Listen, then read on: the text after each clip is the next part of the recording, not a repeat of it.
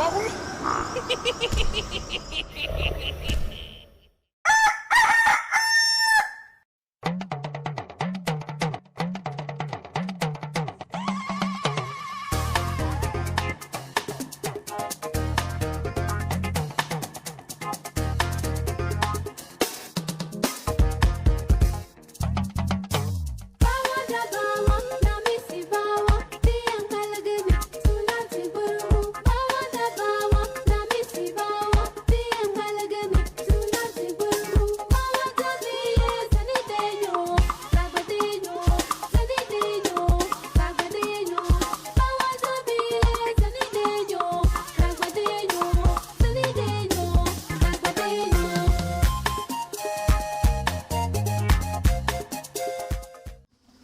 Blessed is the man that walketh not in the counsel of the heathen, that sitteth in the seat that can fall. But his delight is in the law of the Lord, and in this law that say, I did sunrise and sundown. Him I go there like a tree planted by the rivers of water that bringeth forth fruit in the season. Him live never I go wither, and whatsoever him do shall prosper. Yea! The heathen them now there, so them there like a chaff which the wind driveth away. Therefore the heathen them never go stand for the judgment of the sin among them in the congregation of the righteous. For the Lord God Jah love the way of the righteous and the way of the sin among them. Always and always I go perish. Let the people of the Most High God say, Jah! Kadama we groma beate la exag beer tanaistalin abashante shante shante shante shante shante kadama we groma beate la where twos and threes meet in the name of the Most High Jah, there so Jah there. If Jah never build up your house, the builder I go build it in vain. Same way. If Jah never watch upon your house, the watchman I go watch it in vain. The name of the Lord is a strong tower, and the righteous run into it, and them is safe. He that dwelleth in the secret place of the Most High Jah shall therein abide under the shadow of the Almighty. Aw mau sogbolisa adanu wato ewo asekle afo akpe kaka. Ya Allah, Ya Allah, Ya Allah, Ya Allah, Ya Allah, Subhanahu wa Ta'ala. This is the Black Pot, aka Kukushudamo, where we speak truth to power. And my name, Black Rasta. Now, in every traditional African home, there is a black pot. If you say you live in a traditional African home and there's no black pot in there, check that label again. You might be living in an African home, yet not a traditional one. Now, what is the importance of this black pot? Now, the black pot symbolizes nutrition. It symbolizes unity. How? Now, when the black pot rests on the fire comfortably, or even uncomfortably, we have so many different ingredients that come into the black pot to be subjected to some amount of heat, and then they produce one homogeneous product known as food. Now, the interesting thing is that all these ingredients are of different colors and shapes and sizes, aromas, and even smells. Yet they put aside all their differences to interplay in unity in the black pot so that food can be produced. Now, the food does not benefit the ingredients themselves, neither does it benefit the pot. Yes, the black pot, but us as a people. Now, the black pot symbolizes the continent of Africa, and the ingredients in the black pot of different colors, shades, and sizes, oh gosh, also represent us as a people. So we as a people have different shades of skin color. We are of different backgrounds, yet we must put aside all these differences, come together to produce that one homogeneous product for the benefit of generations to come and not necessarily us. That is what we call unity. Listen, man, our biggest problem in Africa is that we are not interested in planting trees. I'm speaking in parables. We only plant tomatoes. We are interested in planting tomatoes that we can harvest within a few days so we can eat and die and go. We do not plant trees because we know we will not live long enough to enjoy the shade of the tree. We forget so soon, or we are not even interested that generations to come would sit under these trees and remember us and say a word of prayer for us.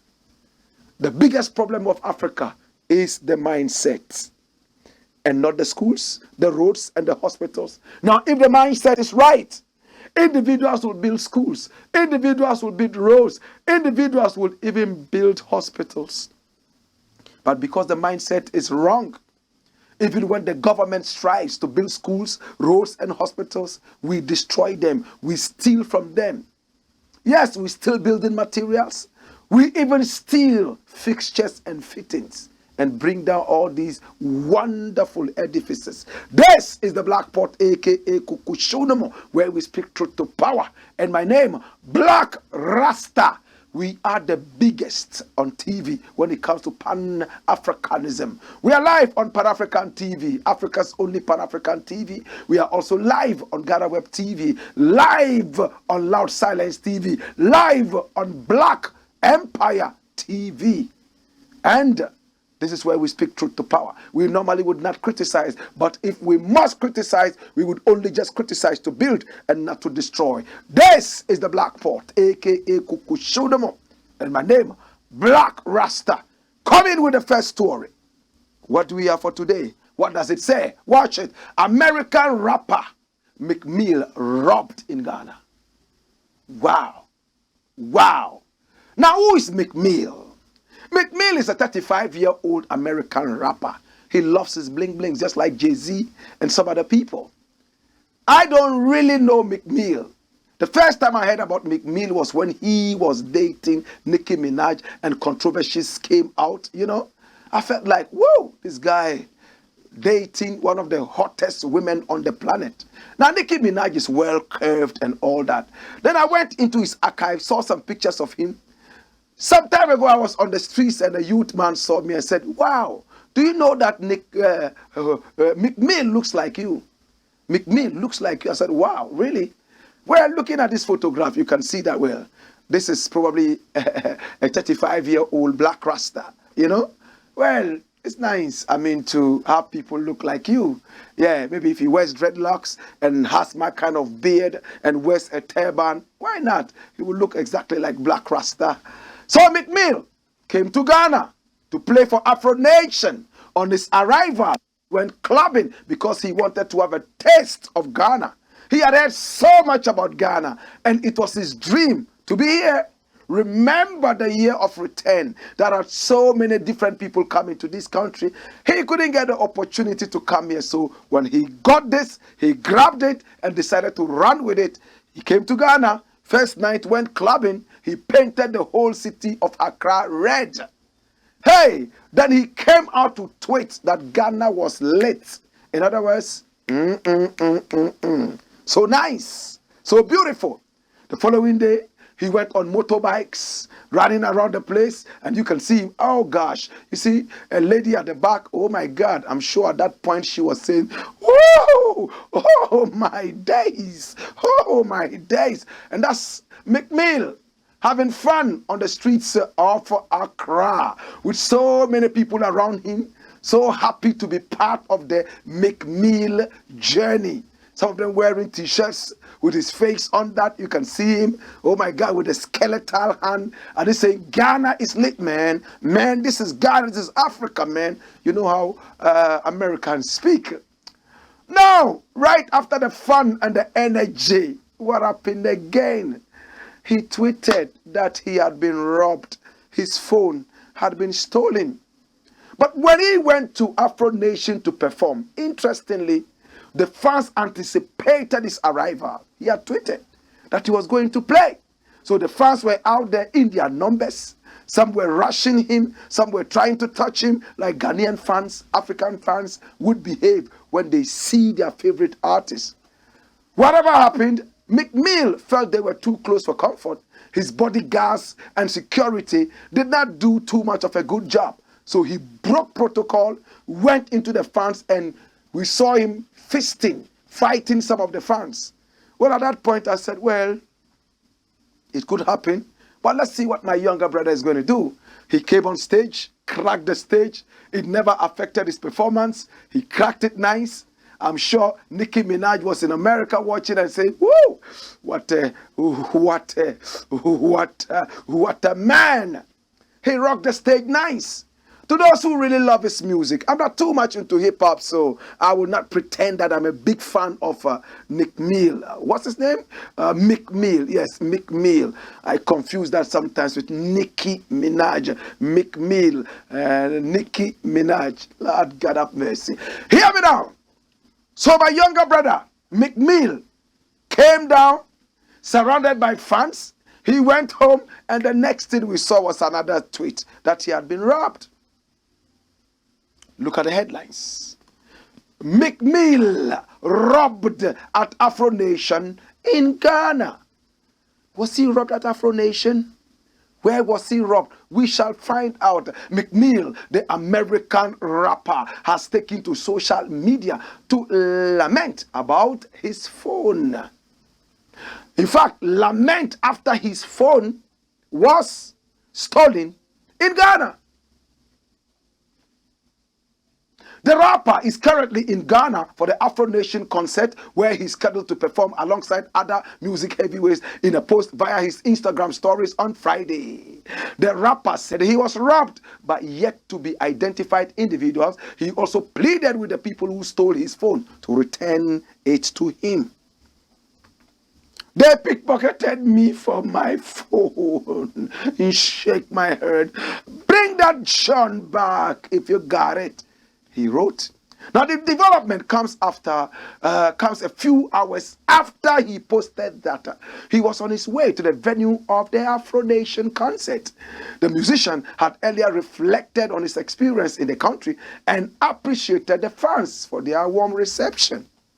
Now after the warm reception, now fisticuffs to ward off some of the fans who were coming too close for comfort. And then he lost his phone. Is he going to rewrite the story about Ghana? But watch this. The 35-year-old also revealed he is planning to get a house in the country due to the love shown him. Does he have the same love? Would he still get a house? I am grabbing a crib in Ghana for sure. This real love, he wrote. Mill has established himself as a popular name in the global music industry with several hit projects. The rapper was in the news recently after he joined the list of celebrities who have deleted their Twitter accounts since Elon Musk took over its ownership in October. Woo! Woo! These are the revolutionary people I'm looking for.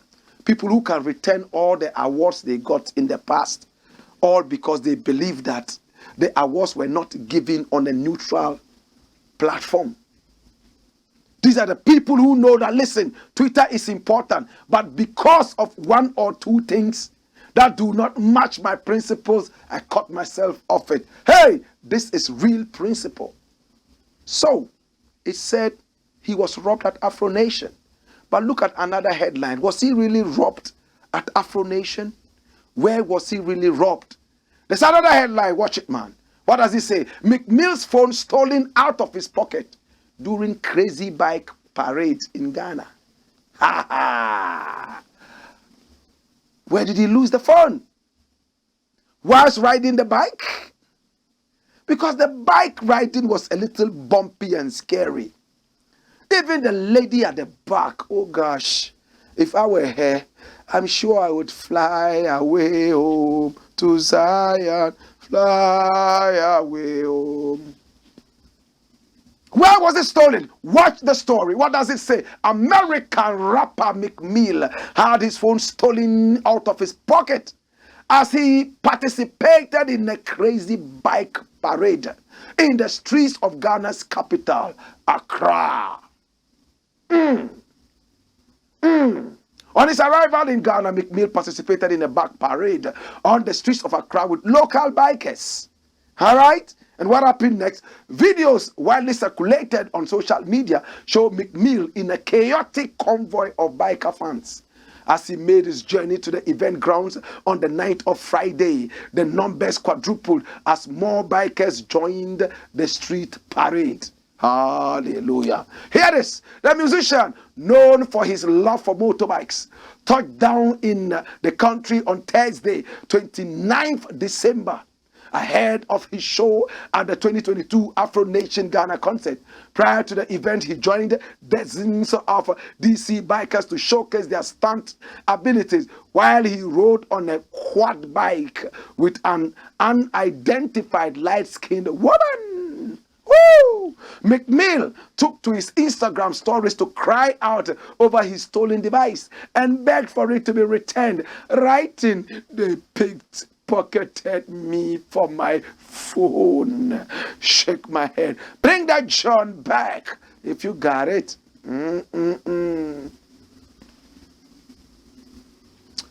You see, this is not the first time the phone of a celebrity is being stolen in Ghana. I remember when Joseph Hill Culture from Jamaica arrived here in Ghana, and for the love of the people, he went all the way to Ebri, where they decided to install him as a chief, the chief of development. Whilst at the ceremony, they carried him in a palanquin, beating the drums. Boom, boom, boom, boom, boom, boom, boom, boom. Somebody was busily beating the drums in his pocket. They excavated everything he had in his pocket. His phone and money and ganja.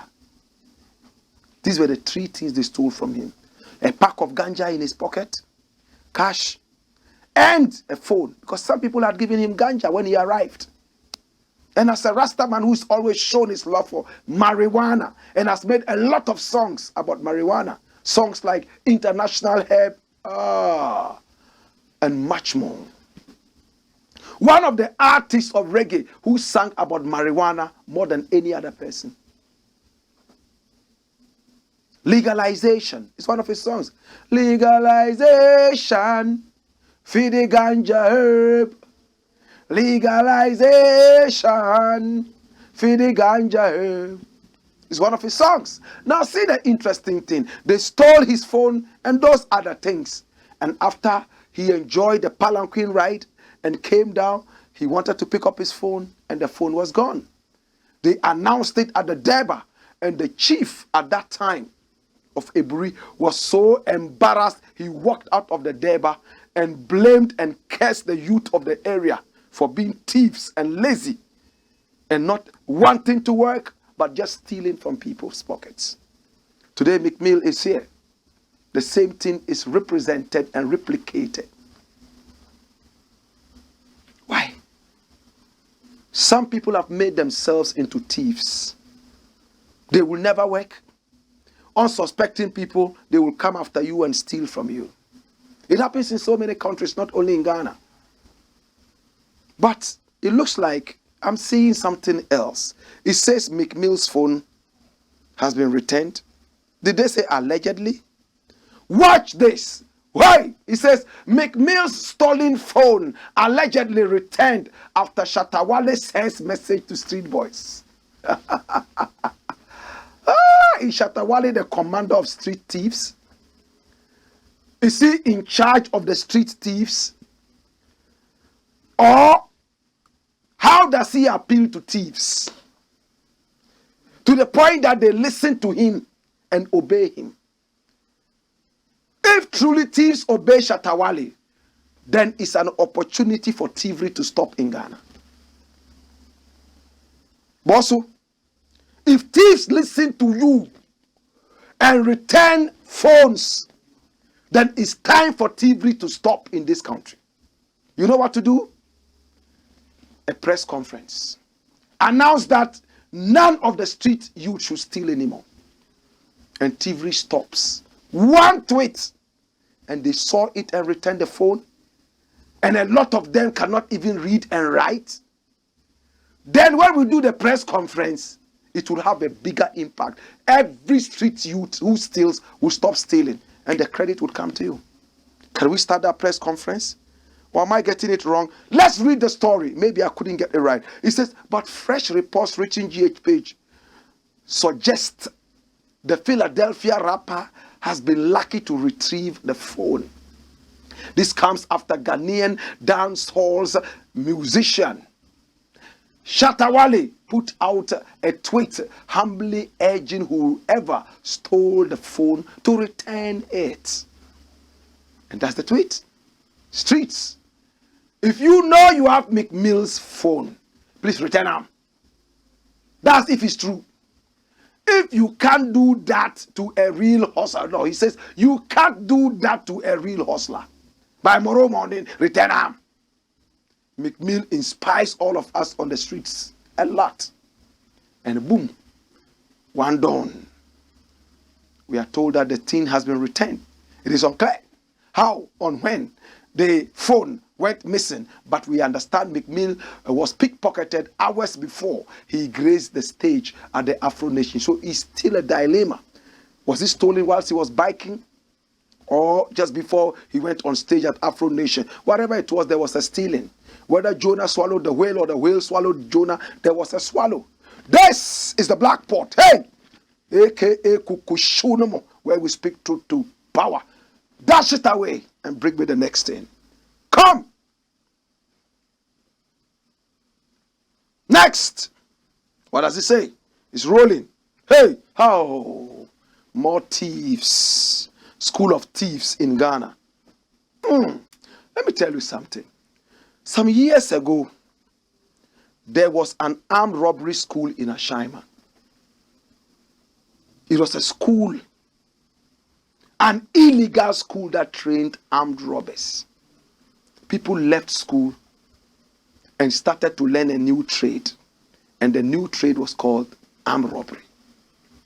The police went there and cracked down the place.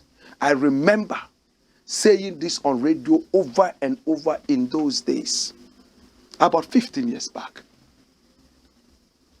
How many more armed robbery schools are here after the police cracked down that? Now, the interesting thing that happened was that Ghana police had the hint that there was an armed robbery school in Ashaiman and decided to go there. When they went, they had their poor 5.5s, Tiabofre, whilst the armed robbers had automatic guns. You only needed to press one button and you would hear bullets rattling out of the barrel of the gun. Ratatatatatatatata, whilst police would go boof and lie down like in Vietnam, wearing grass on their head, painted their faces like zebras. One shot, puff, and powder all over the place. They would lie low. Armed robbers, one press on the bottom, it took the police a hell of a time to destroy that armed robbery school. Today, the Ghana police is more equipped. Now, Ghana police even has dogs. Ghana police has Alsatian dogs. Not our dogs on the streets here that are running after every single bone thrown away. These are dogs that have been imported and they eat sardines and tuna. In fact, some of the policemen, if they get the sardine and tuna that the dogs eat, they will eat it. How many policemen, my brother, my sister, and women in Ghana are treated well? That's how come police women in Kumasi, Aswa, can take a bribe of 10 Ghana cedis and let a rickety car and a driver with no license drive on the streets and kill people. My brother, my sister, how does the school of thieves start? It starts by being disloyal to parents, dishonest to friends. Dishonesty to the general public is a bigger cause of stealing. I came across a certain tape, and I want to show you that tape. Run it, make we show them something. Watch this. These are boys who were supposed to be in charge of rice imported into the country. Look what they are doing. Watch this. They have a way of boring holes into the rice packed in the sacks. Now the rice pours down into a bowl. One of them has filled this already. They are pouring that into a different sack, and they've written on it basmati rice. They are going to package that and go and sell. You see, right after the whole is used, they have a way of closing it. Just watch it properly. See how he's going to close or seal this hole. It's so interesting. Watch him. He's filling up. He's filling up. He has a way of hitting it so more rice can flow freely. It's flowing. It's flowing. You see, it's about to fill up. See how he's going to seal up that hole. Watch it. Watch it. They have the special way of sealing the hole. Hey, watch. He's watching. He's watching to see if it's filled up. He's going there. Watch him. Watch. Rup. It's sealed. It's done in less than 3 seconds. The owner will pick up this bag, say, these days they don't feel the thing well. Why is it that they are doing this? The school of thieves in action. My brother, my sister, you will be shocked that this is somebody's whole business, his empire. When they import the rice into the country, there's trouble. When they import rice into the country. Later in the show, we will find out why Ghana is still importing rice. And should Ghana still import rice? This is how thievery starts. They go into it, make some illegal money, enjoy the illegal money, and they are in some serious illegal business. They are doing this. They don't see anything wrong with that. After all, it's just a little bit of rice. Are we safe? Are we safe? This is not the only thing. They do that to so many other products entering this country. They fake a lot more of these products. And all over, we are being robbed without knowing that we are being robbed. When prices are supposed to come down, they rather go up because of indecency and dishonesty. A country that is this dishonest goes nowhere. If they can do this in Ghana, then in Nigeria it will be worse. You know why it will be worse in Nigeria? Nigeria has a bigger population. Nigerian leaders are as equally corrupt as Ghanaian leaders. But because of the population, there's so much pressure. And instead of finding creative ways to solve problems, they think thievery and dishonesty would help. Imagine this happening in an election. You can equate this to an election. The sacks represent votes. The leaders would have a way of siphoning the votes from one sack into another, so that what? The election is rigged. My brother, my sister, corruption ends with you, and it starts with you. Never ever think that there's a smaller corruption. Little drops of water make a whole mighty ocean. The change starts with you. Are you waiting until you're about to die before you repent? You are waiting for the 11th hour before you repent. You will die at 10:59. It is time to be patriotic to our country. It is time for our leaders to also sit up and make sure that the citizenry enjoys what is supposed to go to it. When we return, we shall talk some more. It's been the Blakk Pot, aka Kukushunemo, and I have a quote for you. Watch out. Hey! Wayo!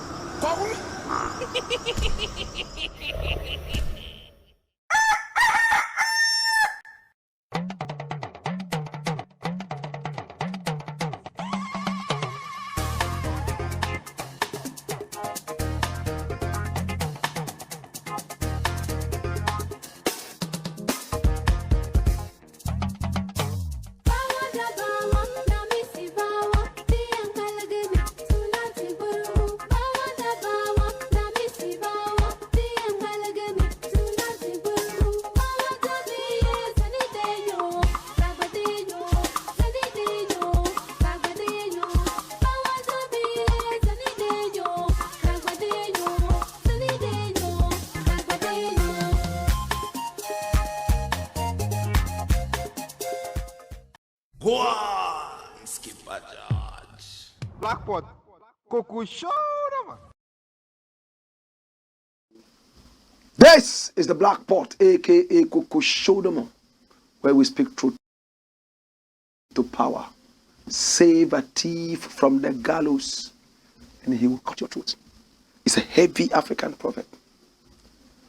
How many people who have done wrong and should have been punished, but you find a way of saving them from punishment? Once they don't go through their punishment, you will taste punishment. Sorry for your magadag, he might go turn round and bite you. Think about it. Your uncle has gone to steal. You think he's too old to go to jail. You go bribing lawyers and judges and the police, and your uncle goes home. You will be his next victim. Your son has gone to commit a crime. Instead of allowing the law to take its course, no. Your family is bigger than every other family and is never deserving of punishment. So you find a way of bribing your way out of the punishment. The next knife that will go through the jugular vein of a human being would be yours. And it will come from your own son. Think about it. If we fall short of the law, let us be bold enough to take the rap. If we all decide to follow the law and make sure the law works, this country will be a better country.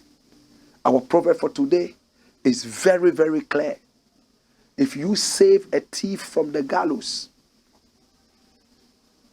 he will put a knife to your throat.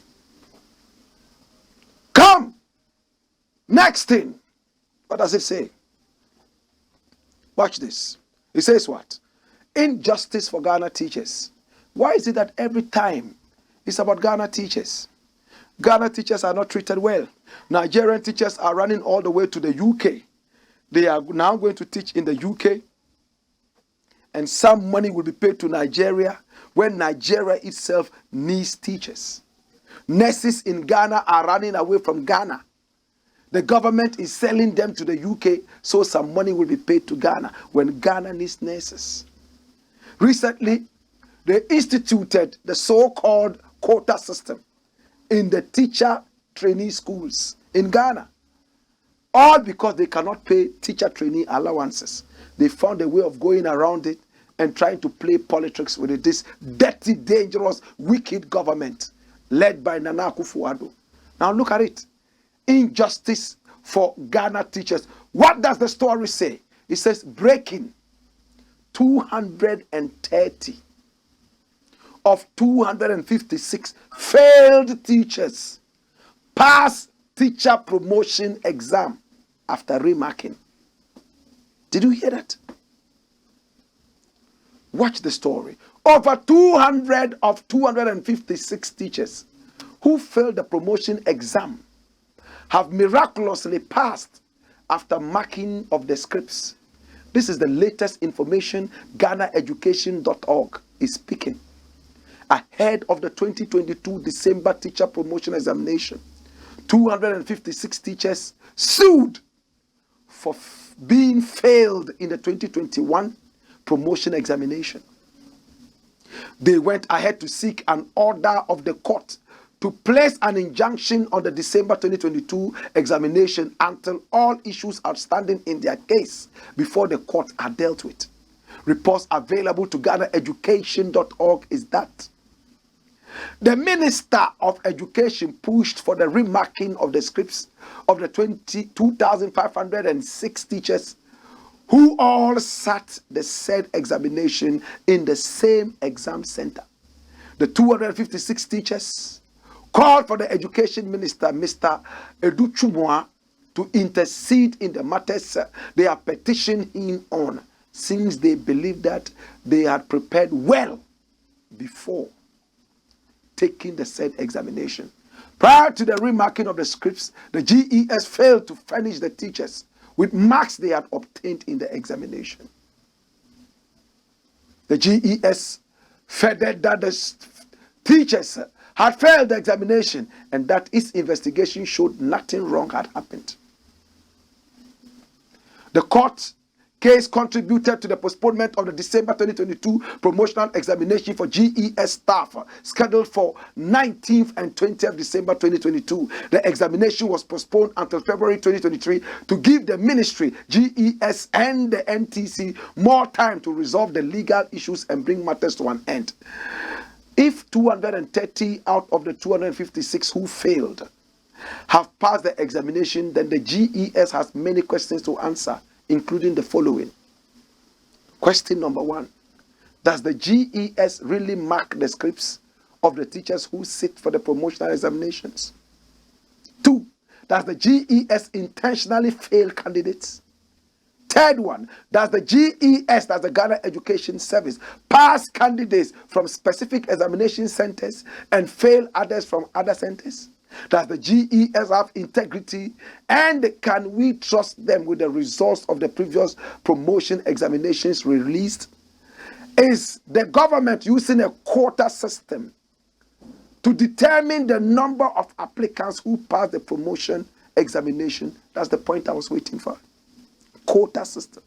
So they will make sure they fail some so that they keep the number that they really want. Failure at random. Is it the case? Number 6, what is the standard pass mark for the teacher promotion examination? My brother, my sister, 256 teacher trainees go to write an examination from the same center. Others are in other centers. All those who failed came from one center. 256. And when they petitioned and there was a remarking, 230 out of 256, according to this website, GhanaEducation.org, passed. Did they mark the papers at all? What happened? This goes a long way to demean our educational system, especially that this government just came out a couple of days ago to say that, oh, right now the schools, if a teacher training schools are going to begin to have a certain kind of quota system. You could be as brilliant as God. You could be refused entry because there's a quota system. If they want 30 in this school and you are the 31st, you could be the most brilliant. You have no chance. All because of the allowances they cannot afford to pay the teacher trainees. The other government decided that all the allowances will be scrapped and they would rather give them loans. So the really serious ones would go for the loans, and after school, when they are employed, they will pay back the loans. Now, the advantage in this is the fact that, in fact, if there's a way, pay them to let them go to school. But some will go to school all because of the allowance. They are not really interested in the course or the profession. But loan, you go get this loan, the government will make sure that you are employed, because it does not want to lose the loan that it gave to you. True? I went to university. Yes, the University of Science and Technology, Kumasi, and I went through the loan system. When I finished, I paid my loan in just one blow. I just paid it, boof, take. I could afford. It's not to side with the loan system. It is just to say that it is better than the quota system. True? This is the Blakk Pot, aka Kukushunamo, where we speak truth to power. And when we return, we got more.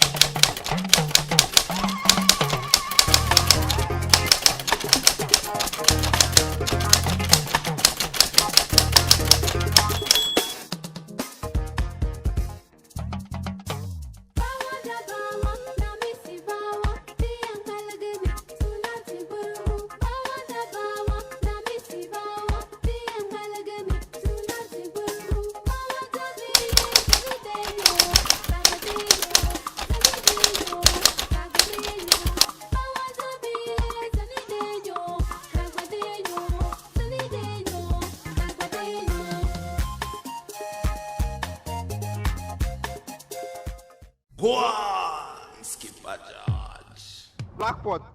Cuckoo shoulder, man. This is the Blakk Pot, aka Kukushonamo, where we speak truth to power. My name, Blakk RASTA. Yes, Borom Sare, the Wagoner, the very first African movie ever.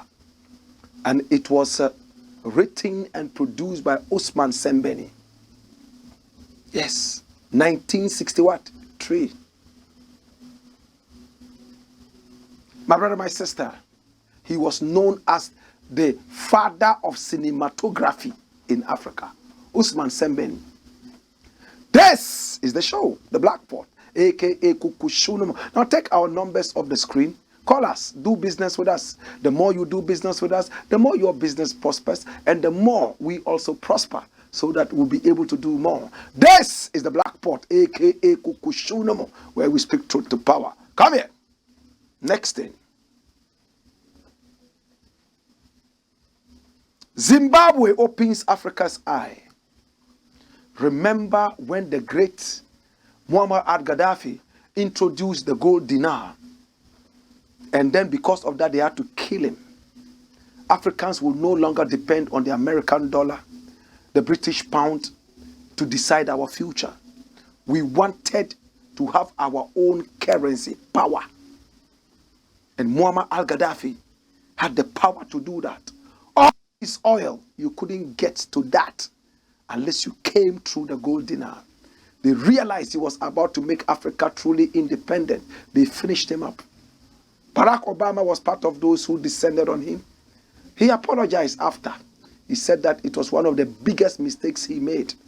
In fact, when they destabilized Libya without any plan after the removal of Muammar Gaddafi, they were only thinking about removing him.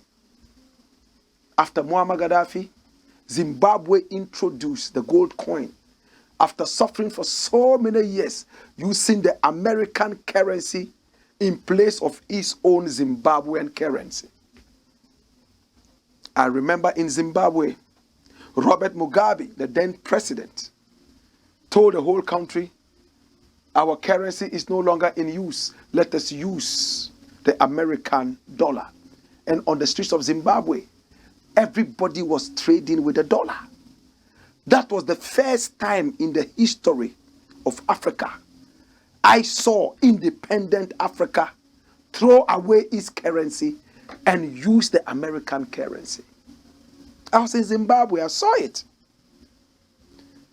Zimbabwe that looked like it was backsliding after Robert Mugabe was gone, decided to pick up the bits and pieces. First, it introduced the gold coin. Now look at what Zimbabwe is doing. Watch this. Hey! Africa News says Zimbabwe bans all lithium exports. Zimbabwe has banned all lithium exports after the government said it was losing 1.7 billion euros from exporting it as a raw material and not processing it into batteries in country. Kai ajame. Noko ye jeme. Kwe. Lithium is so valuable as a component of electronic batteries, mostly for cars, mobile phones, and computers, that it's known as white gold. The price has gone up by 1,100% in the past 2 years alone. Zimbabwe, watch. Zimbabwe has the largest amount of the mineral in the whole of Africa and has enough of it to supply a fifth of the world's needs. That's 20% of the whole world's needs. The government says, whilst it's on track to become one of the world's largest lithium exporters, the government says it should start its own battery industry rather than allowing foreign companies dominate battery production. If it succeeds, it will make a sea change for Zimbabwe's economy. Dash and come. Come.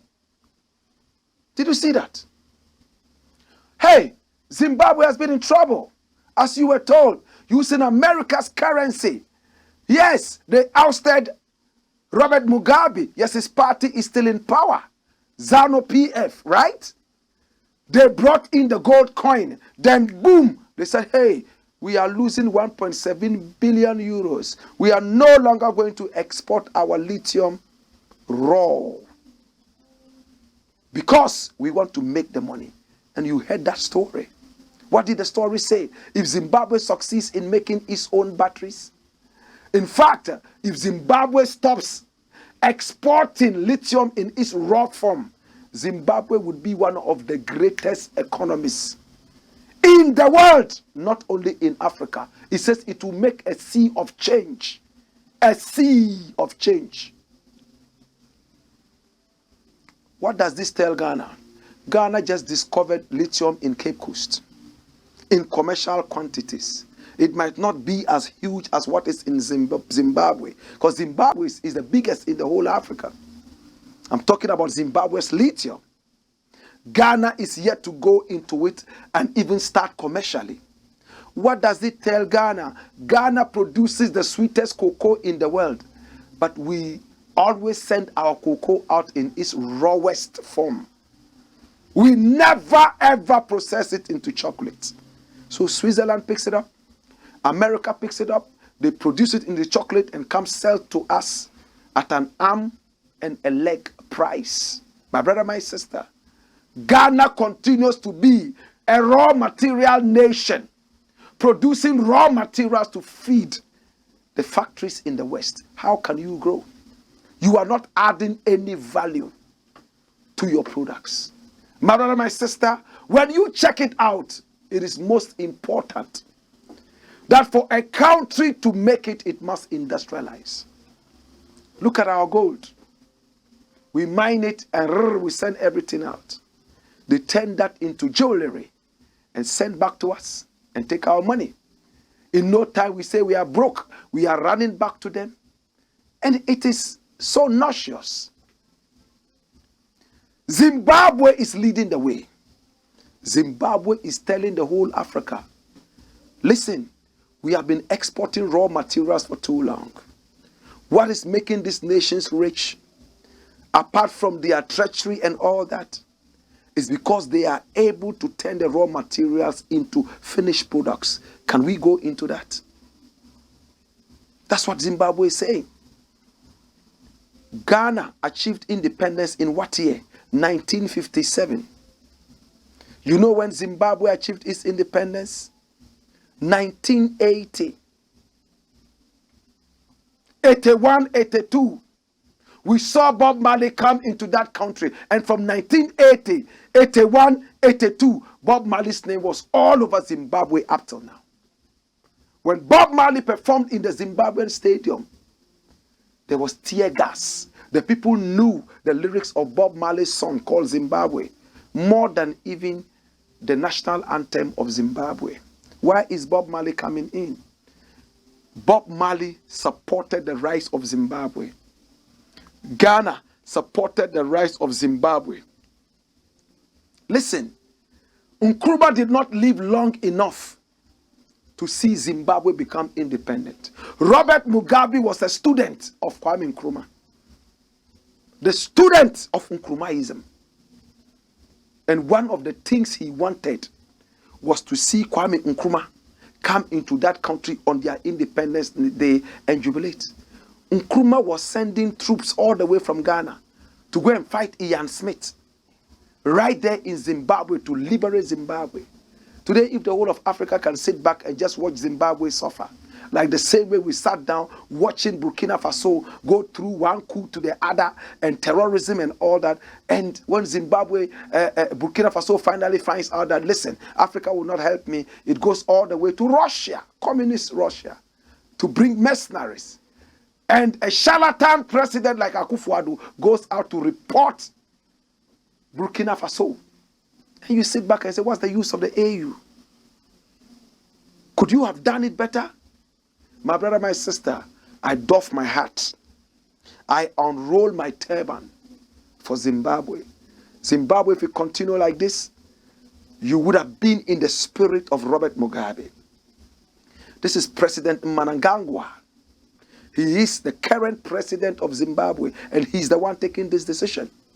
In fact, he was the vice president of Robert Mugabe. Robert Mugabe fired him, of course, at the time that he wasn't in full control of his faculties. He had grown so old. According to him, Robert Mugabe called him one day after he had sacked him and said, why are you not in the office? He said, Your Excellency, but you sacked me the other day. He said, who? Me? Stop that joke. Do you want to be sacked? Come to work now. So, well, much as it sounds funny, Robert Mugabe stayed on too long. We all know that. He should have left when the applause was the loudest. But this man is beginning to impress me. He's impressing me with some of the things he's doing. Come together, let us clap for Zimbabwe. Come! Congratulations, Zimbabwe. Congratulations. Congratulations. But it should not only be lithium. Zimbabwe, what else do you produce that you export in its raw form? Start dealing with those two, one after the other. Let Zimbabwe gather its momentum again. There was a time Ghanaians were running from here to Zimbabwe, and on arrival, they were like Zimbabweans. There was a time in the government of Robert Mugabe, there were Ghanaians serving in cabinet ministerial positions.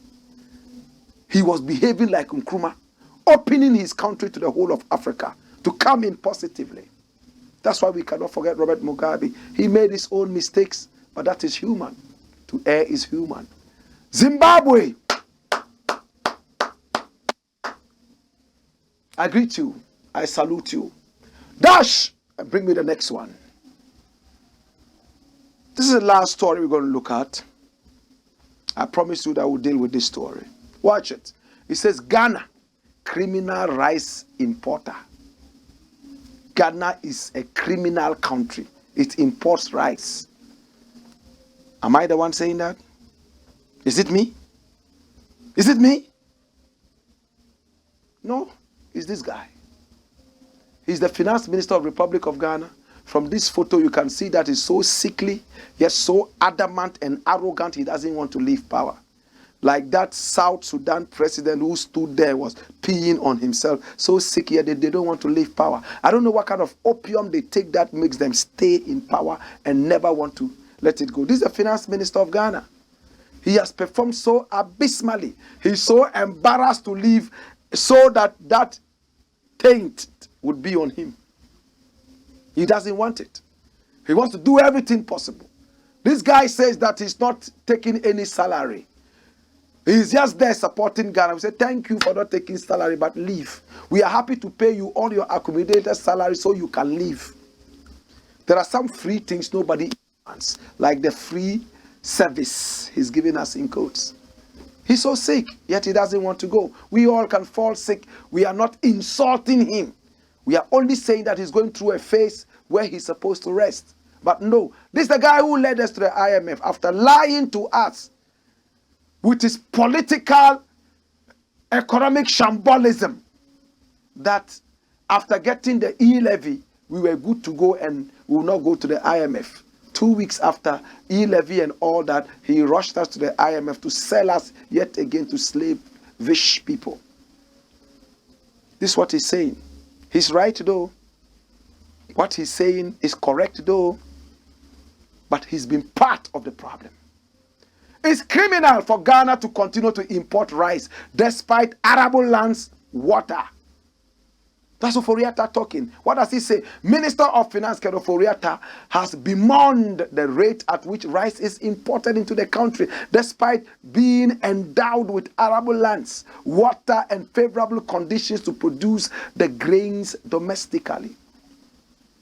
According to him, Ghana annually imports rice in excess of $2 billion US, although the country is well positioned to grow and produce rice for consumption and export purposes. It is actually quite criminal for the country to continue to import rice while we are endowed with arable lands, water, and favorable weather conditions for growing crops to mitigate any possible food crisis. So you saw that. Ghana annually imports rice to the excess of $2 billion American dollars. And the more you import, the more foreign exchange you use, and the more you put pressure on the cedi, and the dollar keeps rising. It's simple mathematics, simple economics. Dash it away. What is this man saying? It makes a lot of sense. It's the truth. We should have done this a long time ago. But we are here, importing and importing and import. Bring that slide again. Bring that slide. Bring it. Let me show you something. And show you this. Look at the first paragraph. It says what? According to him, Ghana annually imports rice in excess of $2 billion US dollars. Annually, Ghana imports rice to this. Meanwhile, we are going to the IMF for what? 3 billion. So if in 1 year we import rice to this tune, it means 2 years alone. If we don't import rice, we don't need to go to the IMF. In excess. In 2 years, if we say we don't import any rice, we all would eat komi kenkena. We all would drink ekwegweme. We eat tubani, yoro. He says it's actually quite criminal for the country to contribute, to continue to import rice whilst we are endowed with arable lands, water, and favorable weather conditions for growing crops to mitigate any possible food crisis. That's what brother is saying. But we are even destroying our water with galamsey. My brother, my sister, what this man is saying is nothing but the truth. But they have been part of the problem. Now that we have the crisis, the dollar rising so high and disgracing the cedi, they are beginning to see the things that make the cedi useless. And they are trying to put those things in place. Import. Once you import more than you export, of course, your cedi will be useless. Your economy would be in shambles. You import more than you export.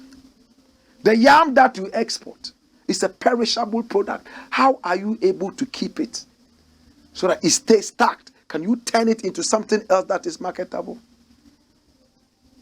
Well, my name is Blakk Rasta. And I do want to say thank you so much. I appreciate you. It's yet another beautiful day. Happy Yuletide. We lost a great man. We lost a great man. Pele. Arantes de Nascimento. He said bye-bye to us. He went away home. Edson Arantes do Nascimento. Pele. Rest in peace, Papa. He was born in 1940 and he said bye-bye to us in 2022 at the age of 82. May his body, mind, and soul rest in perfect peace.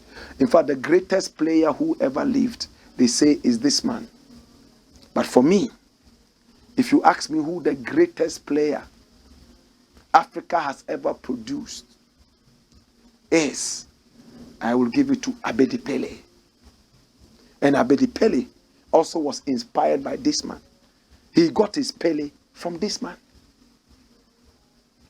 Today I went looking for Abedi Pele and they said I couldn't see him because he has been mourning, crying.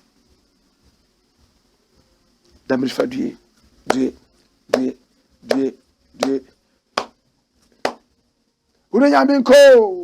Unyaminko. Papa misuni yaminko. Minubeko wate. Minubeko. Papa misi minubeko. Bye yo.